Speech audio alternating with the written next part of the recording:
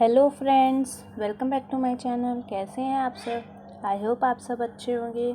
जैसा कि आप सभी को पता है, ये हमारी एसएसटी की सीरीज़ चल रही है। इसमें मैं क्लास 7 का चैप्टर 8 आपको आज पढ़ाऊंगी। इसका ये लास्ट वीडियो है। आइए हम इसे स्टार्ट करते हैं। कबीर, नज़दीक से एक नज़र।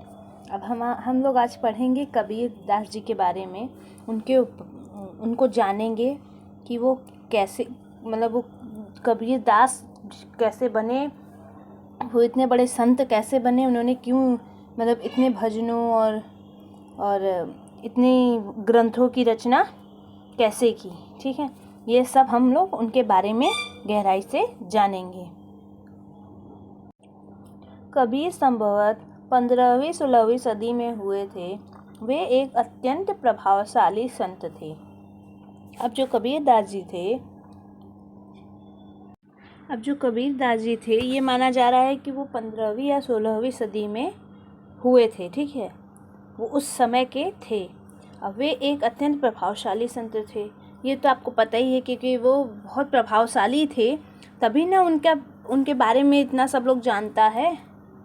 ठीक है, और उन्होंने बहुत सारे भजन किए, भक्ति के एक नए रूप को उन्होंने पैदा किया था। ठीक है, नया रूप दे दिया था भक्ति को एक। उनका पालन पोषण बनारस में या उसके आसपास के एक मुसलमान जुलाहा यानी बुनकर परिवार में हुआ था। अब देखिए, जो कबीर दास जी थे, उनका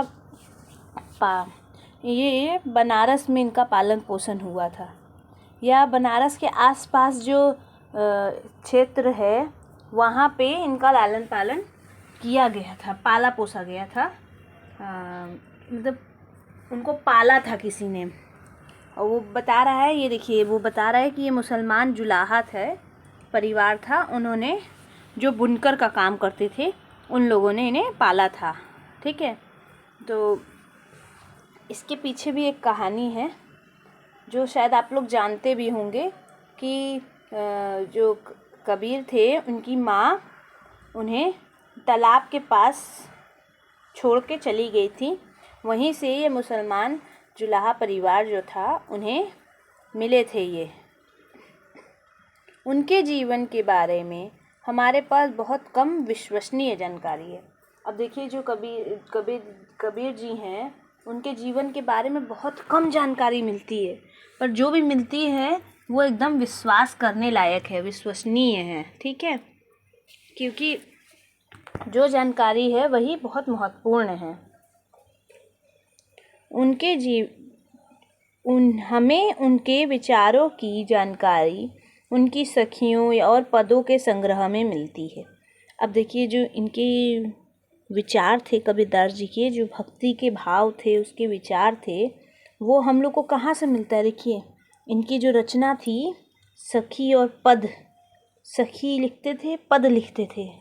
ठीक है, उन्हीं से उनका एक विशाल संग्रह था इनके पास। ठीक है, तो उसी से हमें इनके बारे में जानकारी, इनके विचारों के बारे में जानकारी मिलती है। उनके बारे में यह कहा जाता है कि इनकी रचना तो कबीर ने की थी, परंतु घुमंतु भजन गायकों द्वारा गाए जाते थे। अब देखिए, इनकी जो रचना जो थी इन पदों की, कबीर दास जी करते थे, परंतु इनको भजनों को गाता कौन था? ये घुमंतु लोग चलते थे, गायक जो भजन गाते थे भगवान के लिए, और दर्शन करते थे, भजन गाते थे, जगह जगह रुक के भजन कीर्तन करते थे। वे लोग के द्वारा इनके भजनों को गाया जाता था ज़्यादातर। इनमें से कुछ भजन गुरु ग्रंथ साहिब पंचवाणी और बीजक में संग्रहित एवं सुरक्षित है। अब देखिए, इसमें से जो कुछ भजन हैं, वो जो भजन है वो आपका गुरु ग्रंथ साहिब जो पुस्तक है भजन की, उसमें पंचवाड़ी में और बीजक में ये भजन जो हैं वो इन सब चीज़ों में सुरक्षित हैं। अब देखिए, इनकी रचना के बारे में हम यहाँ पढ़ेंगे। सच्चे प्रभु की खोज में कबीर की एक रचना। अब देखिए, जो कबीर जी थे, वो सच्चे प्रभु की खोज में ये भजन या ये पंक्ति जो है ये गाय हैं। इनकी रचना कबीरदास जी ने की थी। देखिए ये कबीरदास जी हैं जो करघे पे काम कर रहे हैं, क्योंकि ये बुनकर परिवार में थे, इसलिए ये करघे का काम भी करते रहते थे।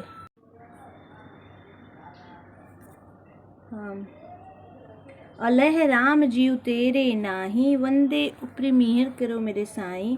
क्या ले माटी भूई सु, मारे क्या जल देहि निहावे। जो करे मसकीन सतावे, गुण ही रहे छिपावे। ब्राह्मण व्यासी करो 24, 100 काजी मरहम न जान। 11 मास जुदे क्यों कियो, एक ही माही समान। पूर्वी दिशा हरि के बासा, पश्चिम अलह मुकाम। दिल ही खोजी दिलोह भीतरी, यह राम रहीमाना। ठीक है, यहाँ राम को, रहीम को, सबको इसमें ये ले लिए हैं। इस तरह उनकी कबीर जी की रचना थी। देखिए अब यहाँ एक प्रश्न पूछ रहा है, इन दोहों में दिए गए विचार किस रूप से बसवन्ना और जुलाही रूमी के विचारों में समानता है या भिन्नता है, इसे आपको बताना है। यानी देखिए ये क्वेश्चन ये है कि जो बसवन्ना थे और जलालुद्दीन रूमी थे, तो इन लोगों के विचारों में और कबीरदास जी के विचारों में क्या फ़र्क है ये आपको बताना है, या क्या समानता है ये बताना है। ठीक है। कबीर के उपदेश प्रमुख धार्मिक परंपराओं की पूर्ण एवं प्रचंड अस्वीकृति पर आधारित थे। अब देखिए जो कबीरदास जी थे, जो उपदेश देते थे और जो धार्मिक परंपराएं वो बताते थे, वो पूर्ण रूप से पूर्ण एवं प्रचंड अस्वीकृति ना, जैसे पूरी तरह से एकदम जटिल रूप से एकदम धार्मिक परंपराओं को स्वीकृति नहीं दे रही थी, इस चीज़ों पे वो आधारित थी। इनके उपदेशों में ब्राह्मणवादी हिंदू धर्म और इस्लाम दोनों की ही ब्राह्मण आडंबरपूर्ण पूजा के सभी रूपों का मजाक उड़ाया गया। अब देखिए जो उपदेश ये दिए थे, इसमें जो ब्राह्मणवाद मतलब ब्राह्मण लोग जो पूजा पाठ करते थे, हिंदू लोग जो पूजा पाठ करते थे, इस्लाम के लोग जो पूजा पाठ करते थे, इन दोनों के पूजा पाठों को, बाहरी और अंदरूनी सभी पूजा तरीकों को ना, जो भी दिखावे की पूजा होती थी, आडंबर पूजा होती थी, इन सभी को, सभी रूपों को का इनके उपदेश में मजाक उड़ाया गया है, मतलब उसको अस्वीकार किया गया है। ठीक है। इनके काव्य की भाषा बोलबाला की हिंदी थी, जो आम आदमियों द्वारा आसानी से समझी जा सकती थी। अब देखिए जो इन्होंने काव्य लिखा, भजन लिखा, काव्य लिखा, जो मतलब इनकी रचनाएं थी, वो सामान्य भाषा में थी, जो कि हिंदी है। ठीक है, जो साधारण लोग के भी पढ़ और समझ सकते थे आसानी से, ऐसी भाषा में इन्होंने रचनाएं की थी जो आम आदमी समझ सके। इन्होंने कभी कभी रहस्यमयी भाषा का भी प्रयोग किया, जिसे समझना कठिन होता है। अब देखिए इन्होंने कुछ अलग तरीके की भी भाषा का प्रयोग किया, जिसे रहस्यमयी कहा गया है यहाँ पे। ठीक है, कभी कभी वैसी अलग सी भाषा का प्रयोग भी कर दिया है,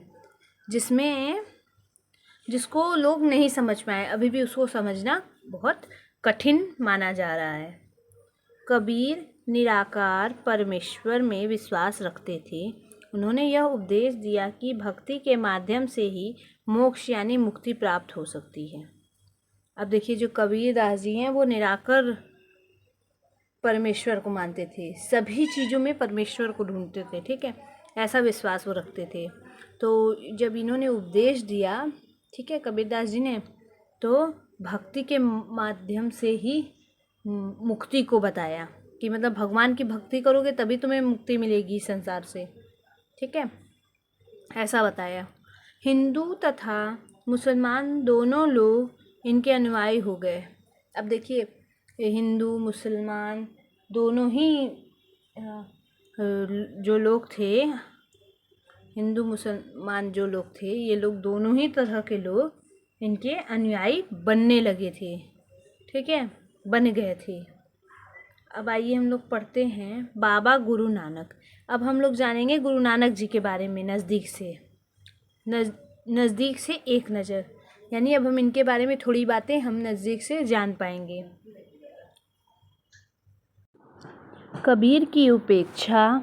बाबा गुरु नानक 1469 से 1579 के बारे में हम कहीं अधिक जानते हैं। अब देखिए, कबीर दास जी जो थे उनके बारे में वैसे ही बता दिया था कि बहुत कम जानकारी है, पर उनसे ज़्यादा जानकारी हमारे पास किसकी है। देखिए, गुरु नानक की, बाबा गुरु नानक जो 1469 से 1539 तक, ठीक है, ये थे। इनके बारे में उनसे कबीर दास जी से ज़्यादा जानकारी हमारे पास है। तलवटी पाकिस्तान में नाना साहब में जन्म लेने वाले बाबा गुरु नानक करतारपुर रावी नदी के पास डेरा बाबा नानक में एक केंद्र स्थापित करने से पहले कई यात्राएं की। अब देखिए, जो गुरु नानक जी थे तो ये तलवटी में पाकिस्तान के पास इनका जन्म हुआ था, जहाँ ननकाना साहब का समय है, ठीक है, तो वहाँ इनका जन्म हुआ था ना। ये करतारपुर रावी नदी के पास डेरा बाबा नानक में एक केंद्र स्थापित किए थे। उससे पहले वहाँ कई यात्राएं किए ना, यानी वहाँ पे पूजा का एक केंद्र बनाए और वहाँ पे कई बार यात्रा किए, ये आए गए। इन्होंने अपने अनुयायियों के लिए करतारपुर में एक नियमित उपासना पद्धति अपनाई। अब देखिए, जो इनके अनुयायी थे, इनके भक्त थे, अनुयायी थे, जो इनके बातों को मानते थे, उन लोगों के लिए इन्होंने करतारपुर में नियमित उपासना केंद्र यानी पूजा करने की एक जगह बनाई ना। इसके अंतर्गत उन्हीं के शब्दों भजनों को गाया जाता था। अब देखिए, यहाँ पे जो बाबा गुरु नानक थे उनके भजनों को यहाँ पे गाया जाता था, जो करतारपुर में उपासना केंद्र बना था वहाँ पे। इनके अनुयायी अपने अपने पहले धर्म या जाति लिंग भेद को नज़रअंदाज कर एक साझी रसोई में इकट्ठे होकर खाते पीते थे। अब देखिए, जो इनके अनुयायी थे बाबा गुरु नानक के, वो लोग धर्म जाति लिंग भेदभाव यानी औरत पुरुष महिला सब, कोई भी जाति के हों, हिंदू मुस्लिम सिख ईसाई, ऊंची जाति के नीची जाति के, ठीक है, धर्म और जाति से परे, ठीक है, सब लोग एक साथ एक ही रसोई में बनाते खाते थे इकट्ठे होके, इनके अनुयायी जो थे। इसे लंगर कहा जाता है। अब देखिए, इसी खान पीने को लंगर कहा जाता है, जो आज भी होता है गुरुद्वारों में, ठीक है, उसी को, मतलब जैसे पूजा का स्थान यानी गुरुद्वारा, तो ऐसी जगहों पे आज भी लंगर होता है। बाबा गुरु नानक ने उपासना और धार्मिक कार्यों के लिए जो जगह नियुक्त की उसे धर्मशाल कहा गया। आज इसे गुरुद्वारा कहा जाता है। देखिए, पहले धर्मशाल कहा जाता था, अब गुरुद्वारा कहा जाता है, ठीक है। तो बाबा गुरु नानक जो थे, जो पूजा का स्थल बनाए थे उपासना का और धार्मिक कार्य करने का स्थल जो बनाए थे, वो उसे उस समय में धर्मशाल कहते थे, आज उसे गुरुद्वारा कहा जाता है, जहाँ आज भी लंगर होते हैं, ठीक है। 1539 में अपनी मृत्यु के पूर्व बाबा गुरु नानक ने एक अनुयायी को अपना उत्तराधिकारी चुना। अब देखिए, 1539 में जब गुरु नानक जी को पता चल गया था कि अब उनकी मृत्यु तय है, तो वो जो उनके अनुयायी थे, उनके भक्त थे, उसमें से जो सबसे अच्छा अनुयायी था, उसे चुनकर उसको अपना उत्तराधिकारी बना दिया कि बाबा गुरु नानक के बाद वह उनके स्थान पर रहे। इनका नाम लोहड़ा था। देखिए, इनका नाम लोहड़ा था, लेकिन ये गुरु अंगद के नाम से जाने गए, ठीक है। जो अनुयायी को इन्होंने चुना उनका नाम लोहड़ा था, ठीक है। बाद में इनका नाम गुरु अंगद के नाम से जाना जाता है इनको बाद में, ठीक है। गुरु अंगद का नाम का महत्व यह था कि गुरु अंगद बाबा गुरु नानक के ही अंग माने गए, ठीक है। जो गुरु नानक थे, गुरु अंगद का अर्थ ये था कि ये बाबा गुरु नानक के अंग से निकले हुए हैं, ठीक है, इसलिए इन्हें गुरु अंगद कहा गया। गुरु अंगद ने बाबा गुरु नानक की रचनाओं का संग्रह किया और उसे एक संग्रह में अपनी कृतियाँ भी जोड़ दी। अब देखिए, जो गुरु अंगद थे, ठीक है, इन्होंने जो बाबा गुरु नानक थे उनकी जो कृतियाँ थीं, उनके जो उपदेश थे, उनके जो भजन थे, उन सब को संग्रहित किया, यानी उनको मतलब जैसे लिख के एक जगह स्टोर कर लिया, ठीक है, सेव कर लिया, और उनको और उसमें अपना संग्रह जो था, ठीक है, जैसे फाइल और फोल्डर हम लोग बनाते हैं वैसे ही, तो फाइल बनाया, उसको एक फोल्डर बनाया और उसको कृतियों को एक साथ सब जोड़ के इकट्ठा एक फाइल में रख दिया, ठीक है। देखिए, ये जो चित्र आप देख रहे हैं, ठीक है, ये है धार्मिक महानुभाव से चर्चा करते हुए बाबा गुरु नानक जब वे एक युवक थे, ठीक है। ये गुरु नानक जी हैं जो बैठे हैं ऊपर और धार्मिक अनुयायियों से बातें कर रहे हैं, वो ये चित्र में यही बता रहा है। संग्रह एक नई लिपि गुरुमुखी में लिखा गया। अब देखिए, जो संग्रह था ये गुरु नानक जी का और गुरु अंगद जी का, वो एक नई भाषा में लिखा गया जिसे लिपि कहा गया। तो वो लिपि कौन थी? गुरुमुखी लिपि, ठीक है, इसमें लिखा गया था संग्रह को, ठीक है। गुरु अंगद के 3 उत्तराधिकारियों ने अपनी रचनाएं नानक के नाम से लिखी हैं। अब देखिए, जो गुरु अंगद थे, गुरु नानक के तो एक उत्तराधिकारी थे, ठीक है, पर जो गुरु अंगद थे उनके 3 उत्तराधिकारी थे, ठीक है। तो उन लोगों ने भी रचना की थी, तो उन लोगों ने अपनी अपनी रचनाओं का नाम नानक रख दिया था। नानक के नाम पे उन लोगों ने रचना लिखी थी। इन सभी संग्रह का गुरु अर्जन ने 1604 में किया। देखिए, ये सब रचनाएं थीं, सबको सुरक्षित और संग्रह मतलब एक जगह सुरक्षित किया किसने? गुरु अर्जन ने। देखिए, गुरु अर्जन जो है इन्होंने किया 1604 में। इस संग्रह में शेख फरीद, संत कबीर, भगत नामदेव और गुरु तेंग बहादुर जैसे सूफियों, संतों और गुरुओं की वाणी जोड़ी गई। अब देखिए, जो संग्रह हुआ था 1604 में, उसमें देखिए कितने लोग शामिल थे। ये आपका शेख फरीद, संत कबीर, भगत गुरु नामदेव और गुरु तेज बहादुर जैसे सूफी और संतों गुरुओं की भाषाएं, वाणी यानी भाषा, बोली, ये इसमें जोड़ दी गई थी। 1706 में इस बृहत संग्रह को गुरु तेज बहादुर के पुत्र व उत्तराधिकारी गुरु गोविंद सिंह ने प्रमाणित किया। अब देखिए, ये जो तेंग बहादुर थे, ठीक है, और तो 1706 में ये जो, अब देखिए, गुरु नानक के उपदेश, उसके बाद उनके उत्तराधिकारी के, फिर उनके तीनों उत्तराधिकारी के जो नानक नाम से बनाए थे, सबको मिला के खूब बड़ा ज़्यादा संग्रह हो गया था, बड़ा विस्तृत, ठीक है।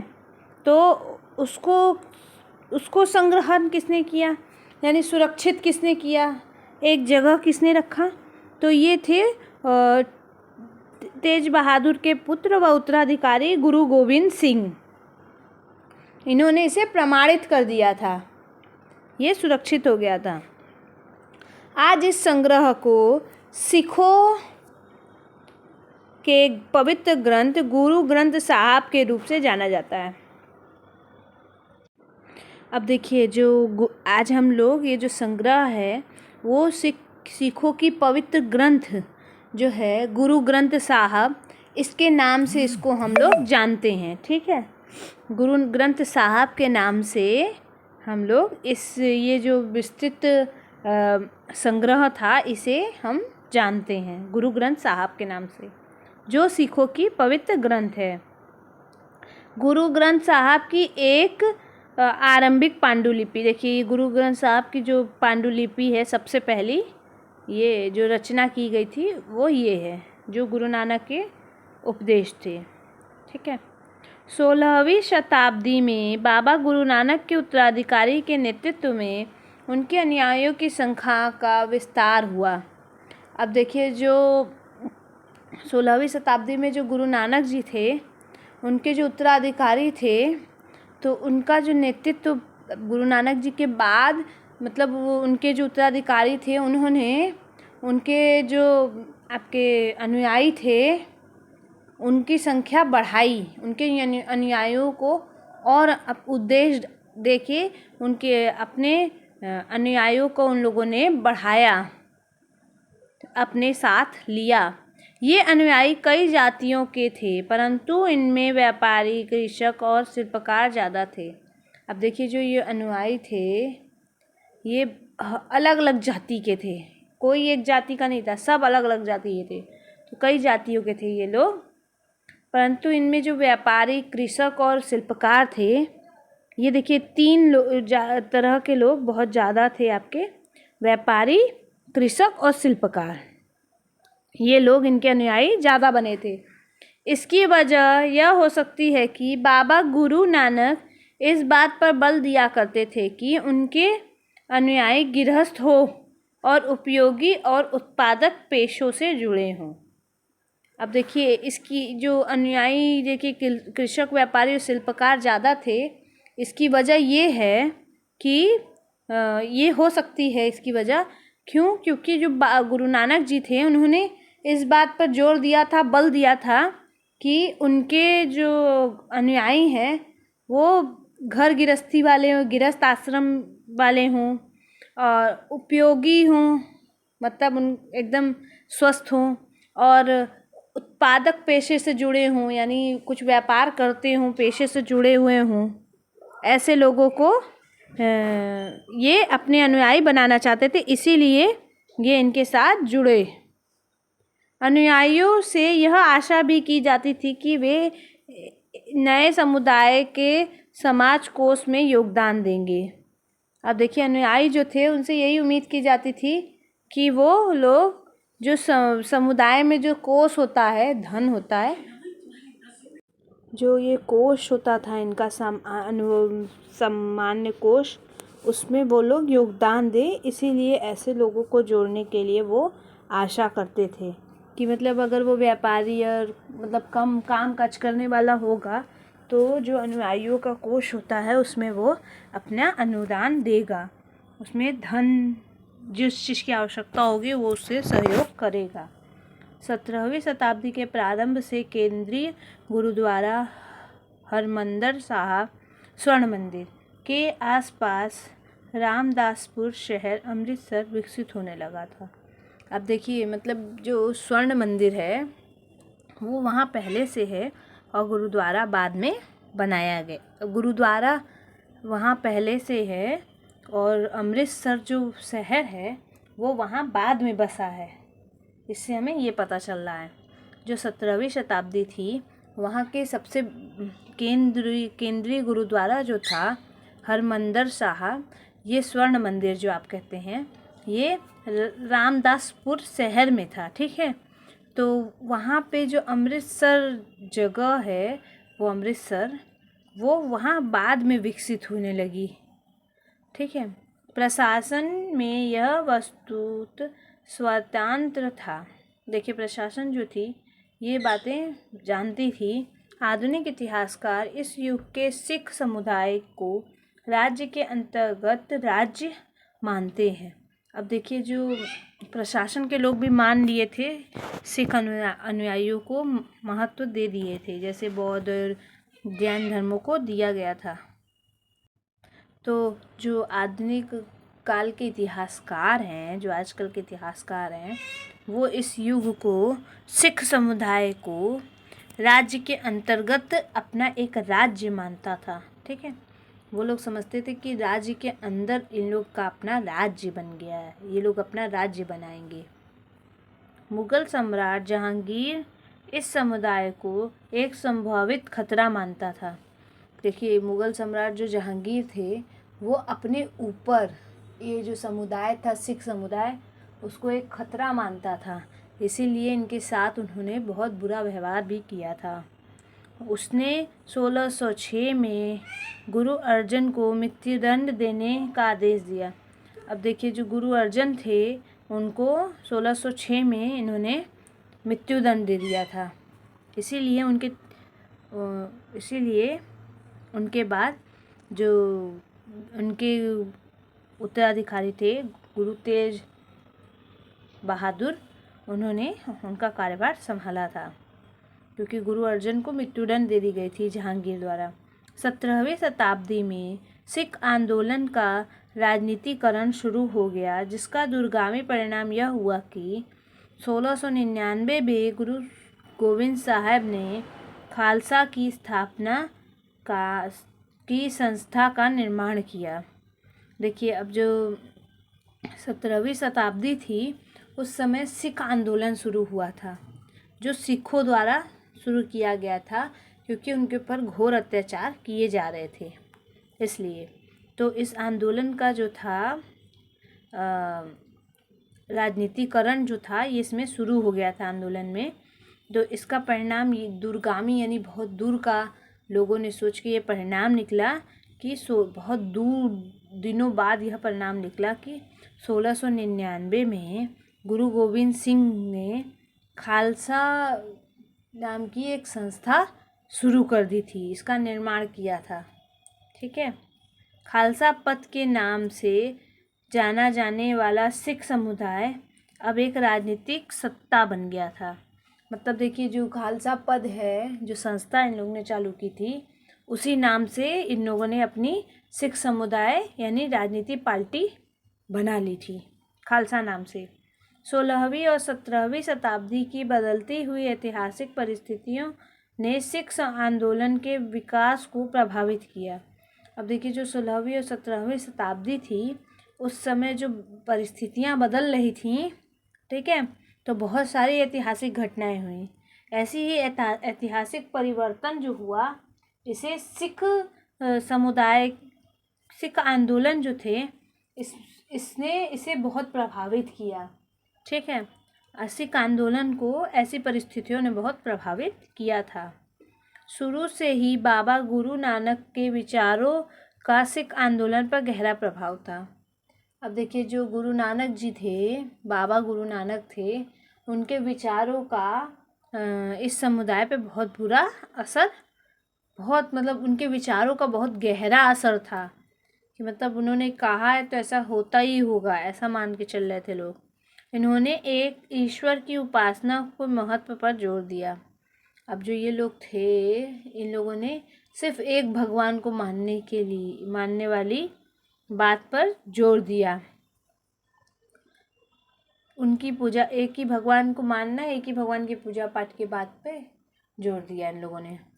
इन्होंने आग्रह किया कि जाति, धर्म अथवा लिंग भेद मुक्ति प्राप्ति के लिए कोई मायने नहीं रखते हैं। अब देखिए, जो जाति धर्म था, लिंग भेद था, मुक्ति मतलब संसार से मुक्ति पाने के लिए आप कोई भी जाति के हो, कोई भी धर्म के हो, कोई भी लिंग हो, स्त्री पुरुष कुछ भी हो, आपको मुक्ति सभी को मिल जाएगी अगर वो ईश्वर के पास, ईश्वर के अंदर में आ जाएगा। तो ये सब चीज़ें कोई मायने नहीं रखती थी बातें। सिख अनुयायियों में गुरु नानक को इतना महत्व इसलिए दिया जाता है क्योंकि उन्हीं के विचार जो थे वो आज तक लोग फॉलो कर रहे हैं। ठीक है, लोग उनको मानते हैं, उनकी पूजा करते हैं, उनके लिए आज भी उनके गुरु नानक जी के जन्मदिन वाले दिन आज भी सब जगह लंगर चलाए जाते हैं। उनके लिए मुक्ति किसी निष्क्रिय आनंद की स्थिति नहीं, बल्कि सक्रिय जीवन व्यतीत करने की साथ साथ सामाजिक प्रतिबद्धता की निरंतर कोशिश में ही निहित थी। अब देखिए इन लोग के लिए जो मुक्ति का साधन था, कोई आनंद की चीज़ नहीं, खुशी की चीज़ नहीं थी, ठीक है, बल्कि ये एक सामाजिक प्रतिबंध था, ठीक है। जीवन तो जीना ही है, उसको व्यतीत करना ही है। समाज से वो लोग बंधे हुए थे और उसी से निरंतर कोशिश कर रहे थे कि उसी से छूट के हमें मुक्ति मिल जाए। अपने उपदेश के सार को व्यक्त करने के लिए उन्होंने 3 शब्दों का प्रयोग किया, नाम, दान और स्नान। मतलब देखिए इन लोगों ने बताया कि इन लोग जो लास्ट वाले थे, इन लोगों ने उपदेश दिया कि इन लोगों ने सार किया कि जो 3 शब्द हैं, यही इसी से अपने भावनाओं को उन्होंने व्यक्त किया। नाम, दान और स्नान, 3 चीज़ें बहुत ज़रूरी बताई इन लोगों ने। नाम से इसका तात्पर्य है सही उपासना में था। अब देखिए यहाँ जो नाम है, इससे क्या मतलब है? इसका मतलब ये है कि सही उपासना। हाँ, दान से तात्पर्य है कि दूसरों का भला करना। अब देखिए नाम जो है वो सही उपासना से था, तो दान जो है वो दूसरों की भलाई करने के लिए। स्नान से तात्पर्य है आचार विचार की पवित्रता, ठीक है। मतलब आचार विचार मतलब हम लोग जो बोलते हैं, कहते हैं, सुनते हैं, इसमें भी पॉजिटिविटी होनी चाहिए, ठीक है। इसी को आज उनके उपदेशों को नाम जपना, कीर्तन करना और बंड छकना के रूप में याद किया जाता है। अब देखिए जो उपदेश इन लोगों ने दिए थे, इतने गुरुओं ने, इन्हीं सब के उपदेशों को, भजन को, कीर्तन को करके, जब इनका नाम जप के बंड जो छकना है, इसे करके इन लोगों को याद किया जाता है गुरुद्वारे में जाके। ये अवधारणाएं भी उचित विश्वास और उपासना, ईमानदारी पूर्ण निर्वाह और संसाधनों को मिल बांट कर प्रयोग करना, यानी कि दूसरों की मदद के महत्व को रेखांकित करती है। अब देखिए ये लोग जो अवधारणाएं, मतलब ये लोग जो बातें कह रहे हैं, इसमें कहते हैं कि लोगों से मिलजुल के रहो, ईमानदारी से काम करो, ठीक है, यानी कि दूसरों की मदद भी करते रहो। ये बात भी अंडरलाइन की गई है, रेखांकित की गई है, मतलब बताई गई है कि लोगों की मदद करो, वे भगवान पे विश्वास रखो, उनकी पूजा करो, लोगों की मदद करो और ईमानदारी से अपना जीवन व्यतीत करो। इन सब चीज़ों पे यहाँ जोर दिया गया है। इस तरह बाबा गुरु नानक के समानता के विचारों के सामाजिक राजनीतिक मायने थे।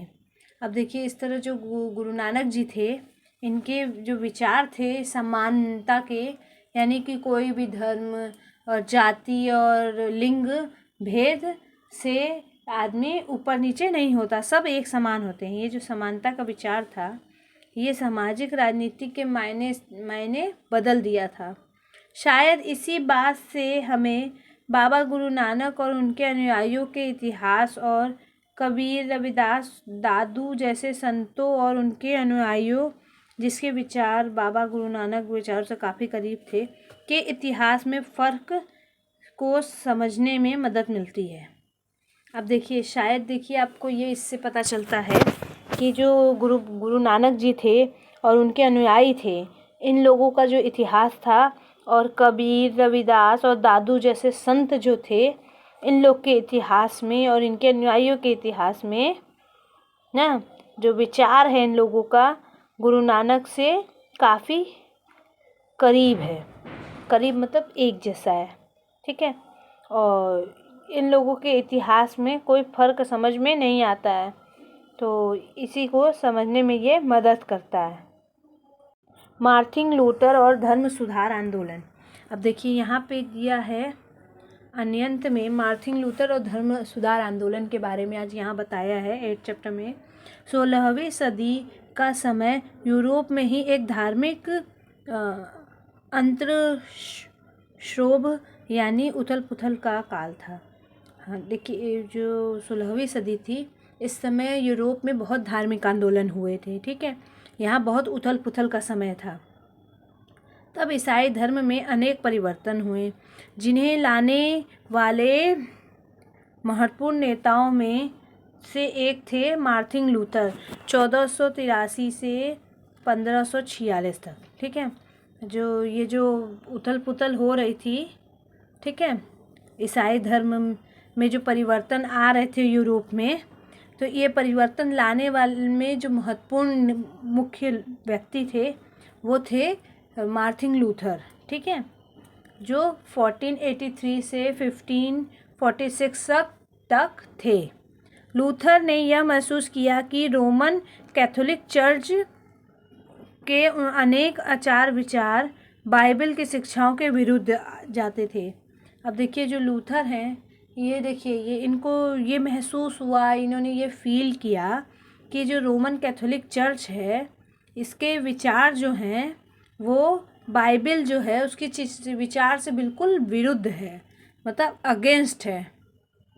ठीक है, विरुद्ध है एकदम।